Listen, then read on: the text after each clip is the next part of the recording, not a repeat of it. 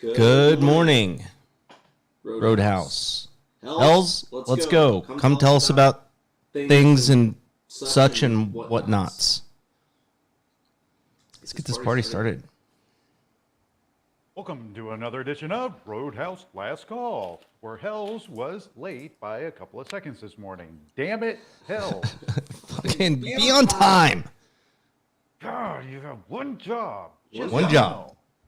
Uno. And on in there, Binda. Morning. Any life revelations? No. Anything? No? Nope. Man, you can't. Come on. I'm sitting here staring at a chart, jotting numbers down. You're going to ask me about life revelations? I'm always going to ask you about life revelations because I think that this is a process in some ways of you thinking about things other than charts and numbers.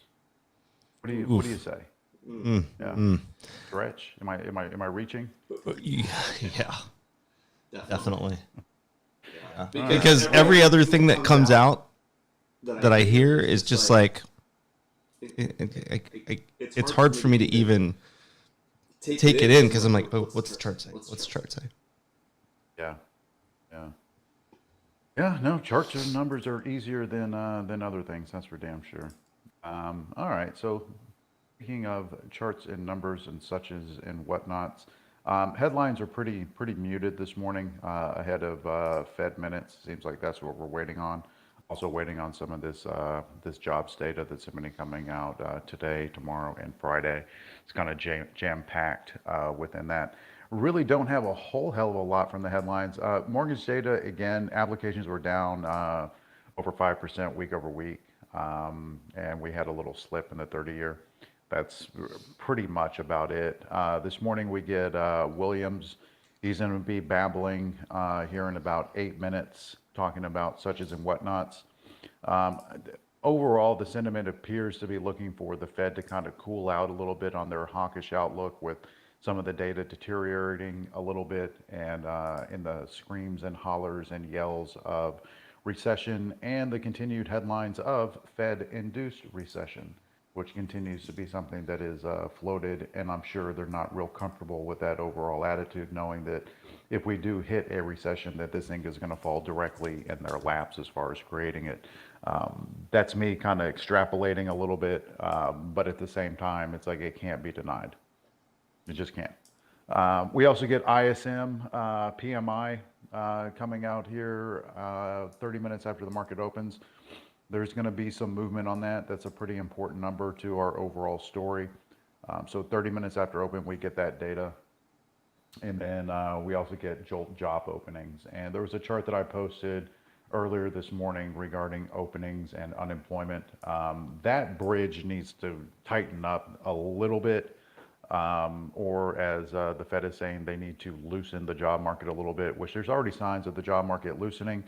Apparently, job seekers are getting a little bit nervous that they're not going to get the job that they want.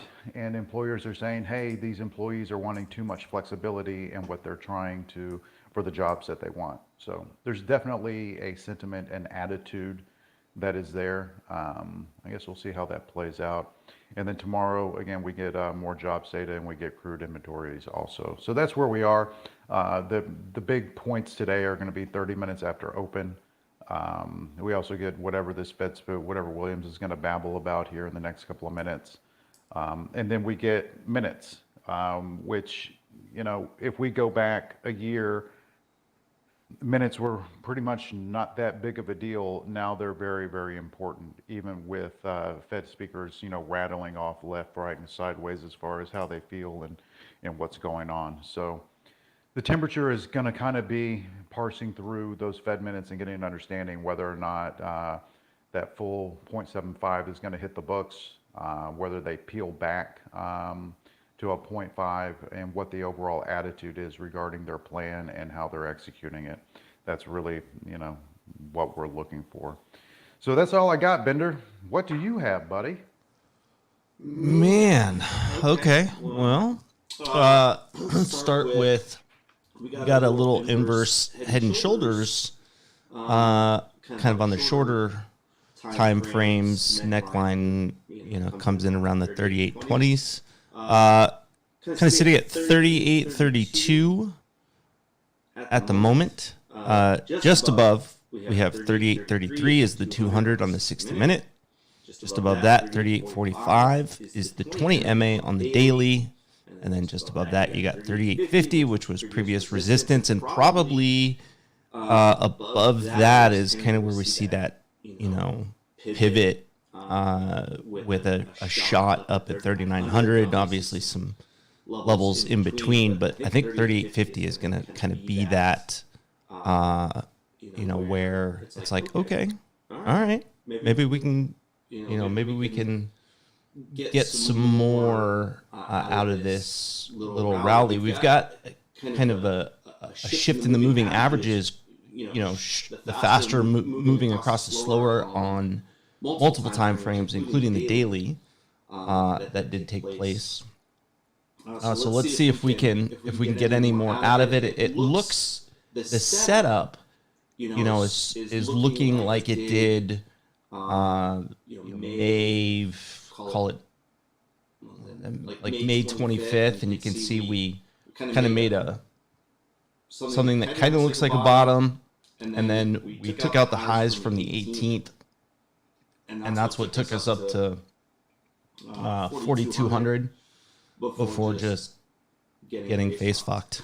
So let's see if that setup kind of plays out again. That would put us, probably up 39.75 to 4,000. That's teasing into that gap at the same time. Mm-hmm. That move that you're talking about. Yeah. Yep. And on the flip side, if so, we talked about being, the Bollinger Bands on the daily on ES. We talked about that a couple weeks ago, and it kind of played out. We couldn't cross the midpoint, but that's about where we're at. We're right about the midpoint. So we've got a chance here. If we can cross that and try the top or the upper band, depending on how long it takes us to get there, would come in just over 4,000. So let's see what we do here at the midpoint. Below us, we got 38.18 is the 50 on the 60-minute. 38.18. If we give that up, we look at 3,800. And then below that, we've got 37.66 previous support. 37.50 is previous trend line support. And then below that, obviously with some stuff in between, that 36.80. If we really decide to, shit, this is going to be ugly today, 36.80 is pretty important. It's pretty important. So that's what I've got. The lean, for me, obviously, I said I was swinging SPY calls. The lean is still up for now. The last thing that I'll mention is that longer term channel, and I'll post this. It's kind of the one that I've shown like on a 3-day with 3-day candles. The channel that formed at the highs in February 2020 and then down to the COVID lows. We fell out of that channel.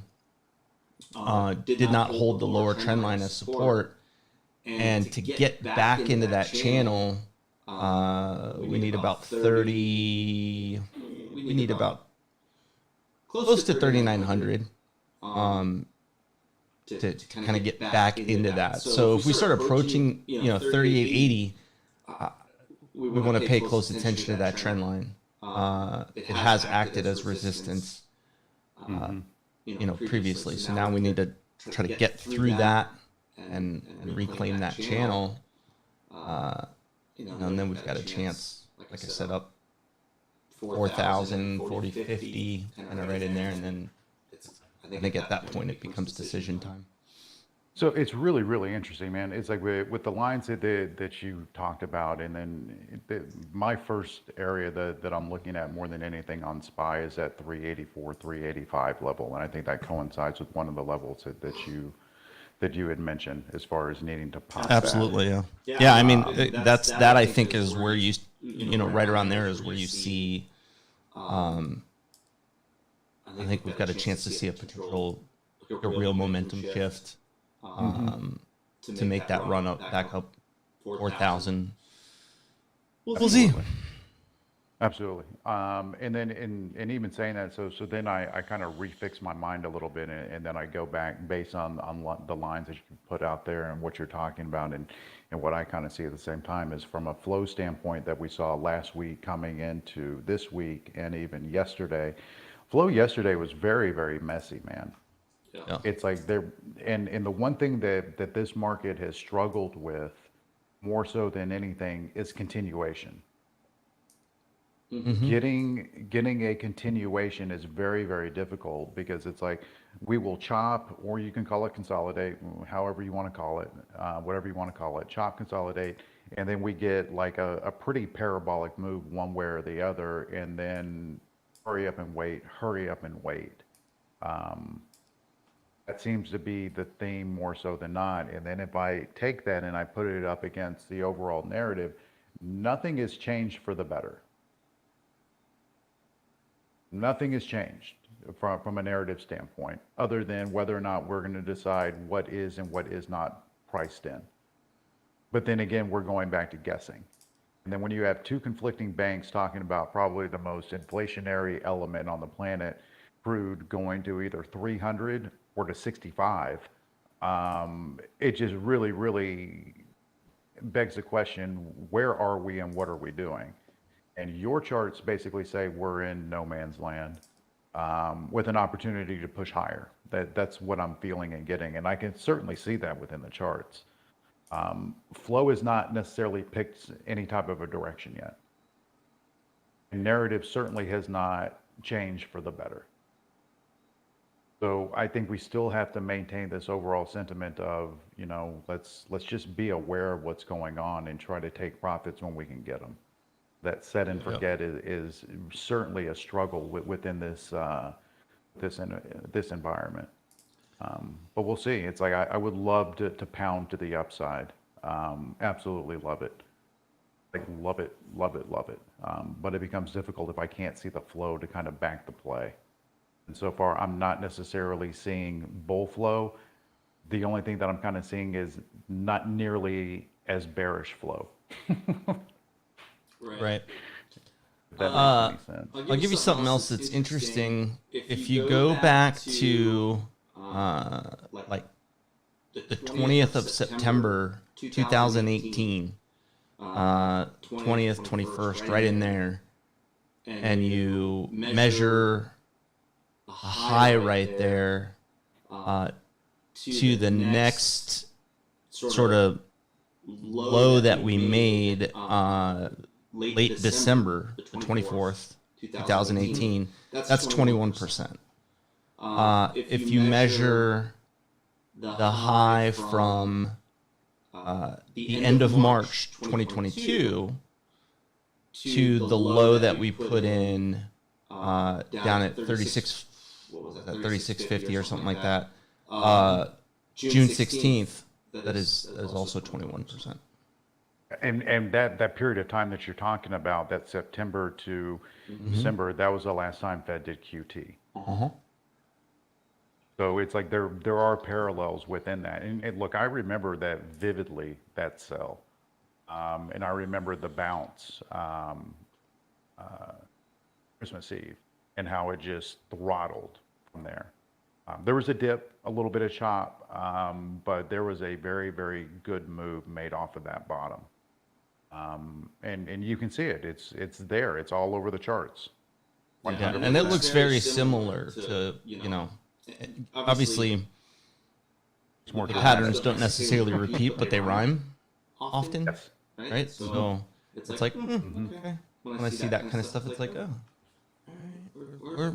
we got about the same thing, at least right now. See if they.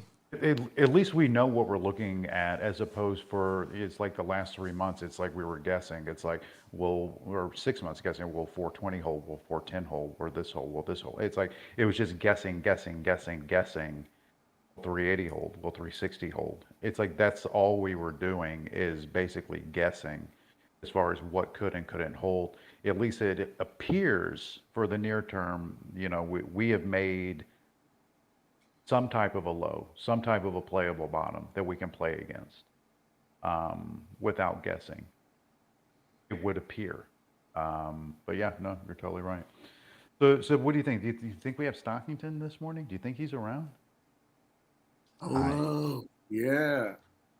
He sounds like death, but yeah, he's I here. know, man. It's You like, sound like. Did you ever watch Tales from the Crypt? That's what it sounded like. He's like, hello. Hello. Is it possible wow. to get jet lag without changing time zones? Only if you're a millennial.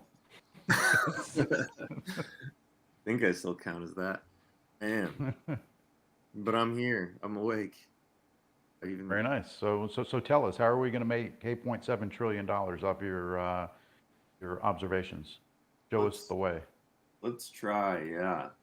All right. So I've only got 3 on the list. I'm going with a less is more kind of approach. I like it. Here for a bit. Yeah. So I'm going to be focusing in. I got crowd was a daily inside bar, or at least pop on the scanner. So I'm going to be watching crowd. See if we can break above 188.75, or if we go below 185.55, I'd be looking to take crowd short. On the daily, crowd looks like a big old bear flag to me.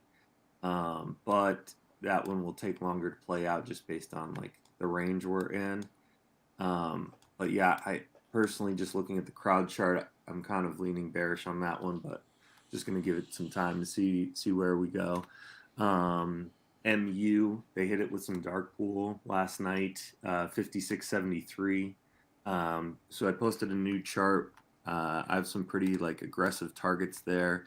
If this 56.73 has been resistance pre-market, as well as end of the day yesterday.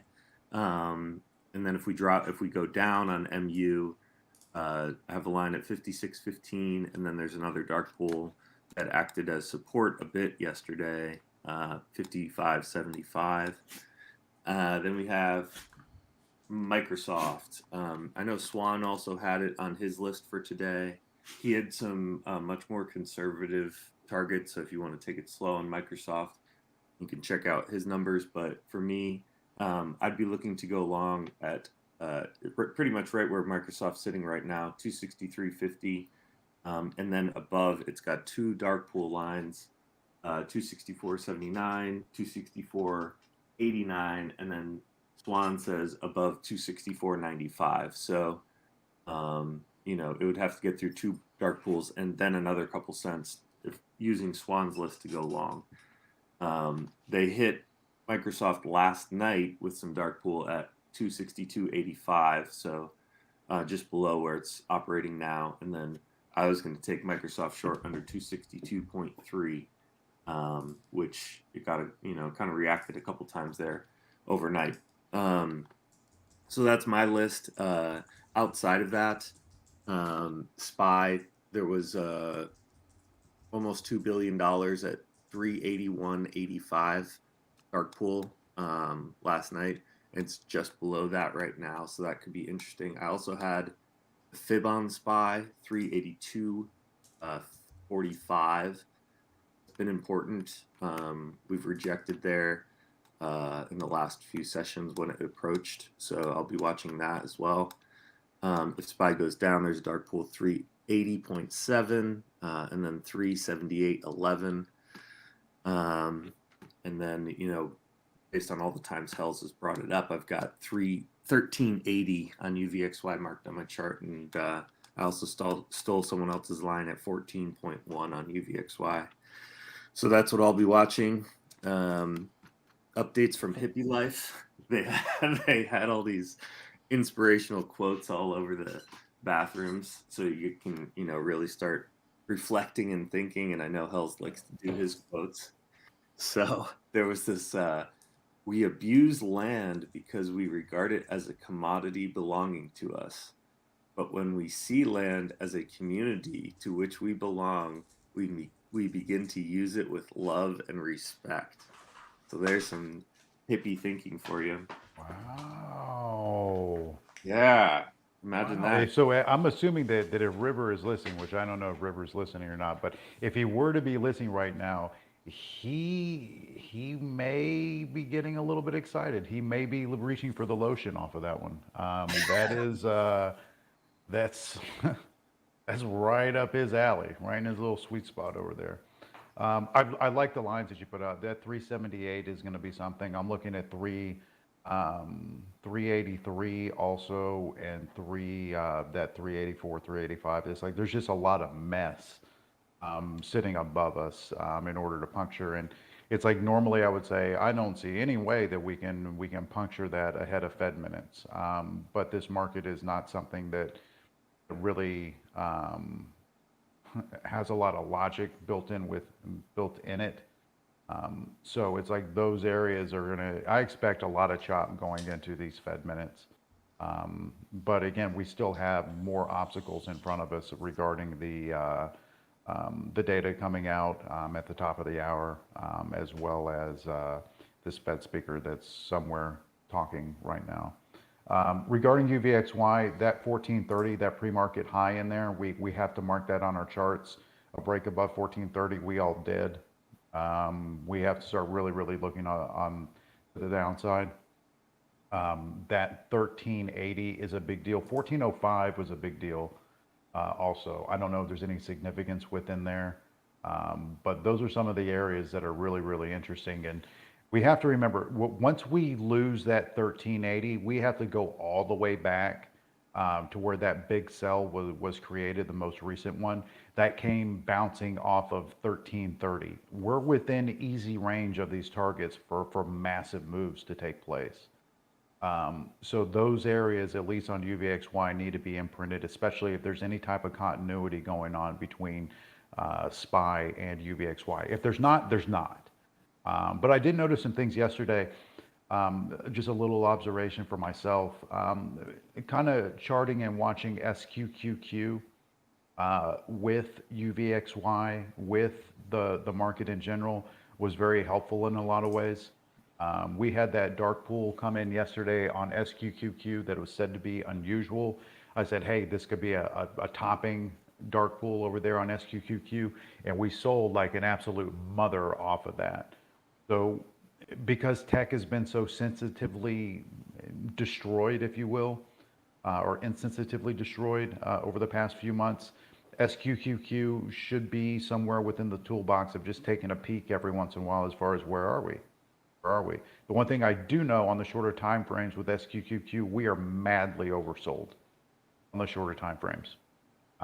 That doesn't mean that we can't continue to be oversold. That's just where we are. With some of these kind of moments in time, especially with Fed minutes, that is very, very binary. We have to be aware of what the overall landscape is. So, especially with, again, nothing has changed. The only other thing I'll put out there, there's been babbling as far as loosening tariffs against China. A headline, one way or another, can come screaming out at any point in time.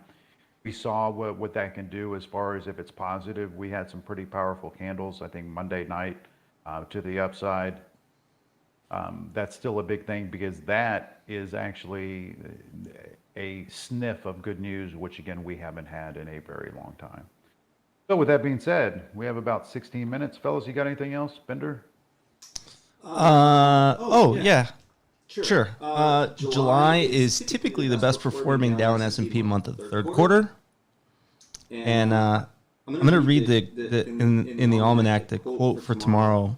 Because they put a quote on every day. The one for today is meh. The one for tomorrow, though. Charts not only tell what was, they tell what is. And the trend from was to is projected linearly into the will be contains better percentages than clumsy guessing. Use your charts.